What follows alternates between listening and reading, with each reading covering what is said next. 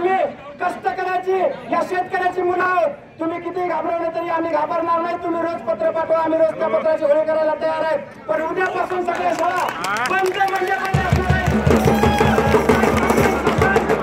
म्हणजे आम्हाला पगार परवडत नाही, पेन्शन परवडत नाही.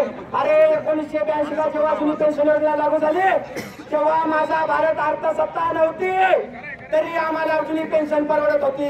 1982 ला जेव्हा ही योजना लागू झाली तेव्हा आमची अर्थव्यवस्था ट्रिलियन मध्ये नव्हती तरी सुद्धा आम्हाला जुनी पेन्शन परवडत होती. जेव्हा 1982 ला ही योजना लागू झाली तेव्हा आमचा भारत विश्वगुरु सुद्धा नव्हता तरी आम्हाला ही पेन्शन योजना परवडत होती. मग आताच काय असा भारत पूर्ण दरिद्री झाला एवढा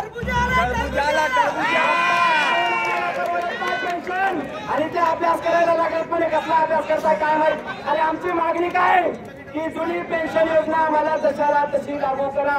मग अभ्यास कसला करताय तुम्ही? काय अभ्यास करायचा आहे ते जशाला तसं लागू करा. काही अभ्यास करू नका. अभ्यास काय करायचा ते आम्ही करतो, काय शिकवायचं काय.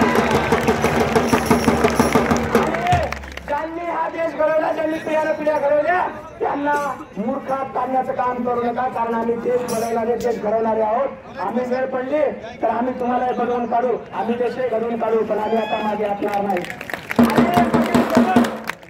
आलेले सगळे सोबत घेतो, नसलेल्यांनी उद्या सोबत यावं एवढी विनंती करतो आणि मी माझे 2 शब्द संपवतो. एकच नारा दिवस आपण इथं फक्त आणि तो नारा असेल एकच मिशन जुनी पेन्शन, एकच मिशन जुनी पेन्शन. धन्यवाद.